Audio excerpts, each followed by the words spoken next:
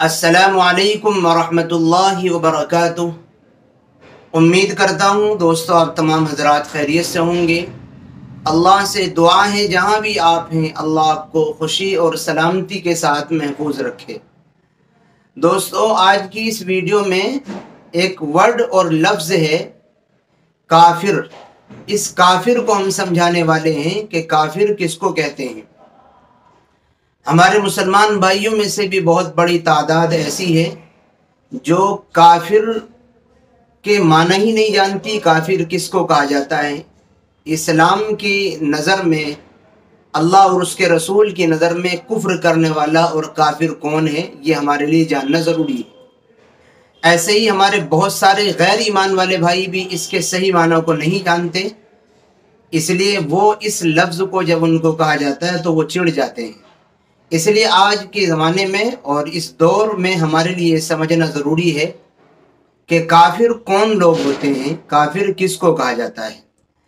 یاد رکھیں اسلام کی وہ بنیادی چیزیں جن پر ایمان لانا ضروری ہے، ان میں سے اگر کسی ایک چیز کا کوئی بندہ انکار کر دے، جن چیزوں پر ایمان لانا ضروری ہے اگر ان میں سے کسی ایک چیز کا بھی کوئی بندہ انکار کر دے تو پھر اس کو کافر کہا جاتا ہے۔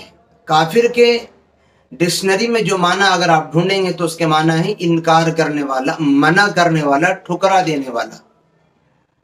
تو جن چیزوں پر ایمان لانا ضروری ہے کوئی بندہ ان میں سے کسی ایک کا انکار کر رہا ہے، یا سب کا انکار کر رہا ہے، یا سب کو ٹھکرا رہا ہے، یا کسی ایک کو ٹھکرا رہا ہے، تو ایسا بندہ اللہ کی نظر میں، رسول اللہ کی نظر میں، قرآن کی نظر میں، مومنین کی نظر میں کافر ہوتا ہے۔ اور جن چیزوں پر ایمان لانا ضروری ہے، جو بندہ ان تمام چیزوں پر ایمان لے آتا ہے تو پھر وہ اللہ کی نظر میں، قرآن کی نظر میں، رسول اللہ کی نظر میں مسلم ہوتا ہے۔ تو کافر کی ضد مسلمان ہے اور مسلمان کی ضد کافر ہے۔ جو مسلمان ہے وہ کافر نہیں ہو سکتا اور جو کافر ہے وہ مسلمان نہیں ہو سکتا۔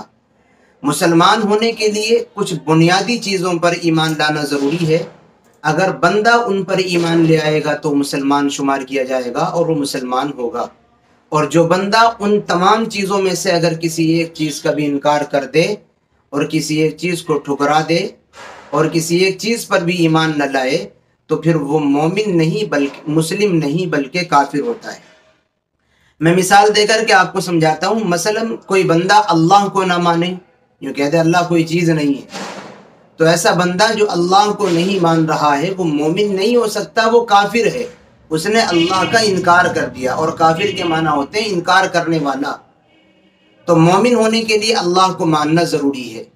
ایسے ہی رسول اللہ صلی اللہ علیہ وسلم کی نبوت اور رسول ہونے کو کوئی نہ مانے تو وہ بندہ مومن نہیں ہو سکتا، وہ انکار کرنے والا ہے یعنی کافر ہے۔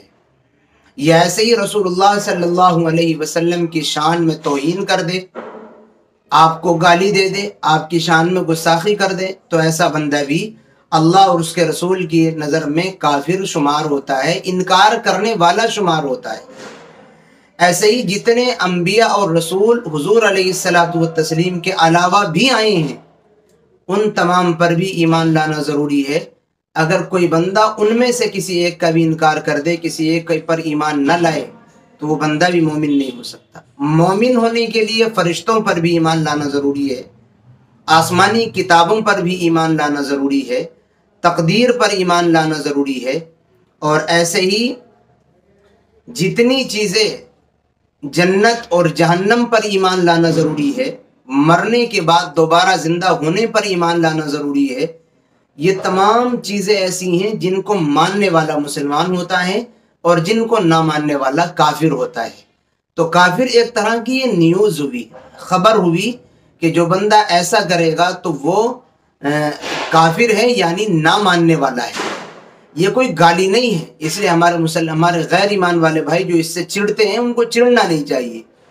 جیسے ہم اپنے آپ کو مسلمان اس لیے کہتے ہیں، یا مسلمان کو مسلمان اس لیے کہا جاتا ہے، اس لیے کہ وہ ان تمام چیزوں پر ایمان لانے والے ہیں جن پر ایمان لانے کا ایشور اور بھگوان نے حکم دیا ہے۔ تو ایسے ہی جو بندہ کافر ہے یعنی ان پر ایمان نہیں لا رہا ہے تو وہ ان پر ایمان نہ لانے کی وجہ سے کافر یعنی انکار کرنے والا ہے۔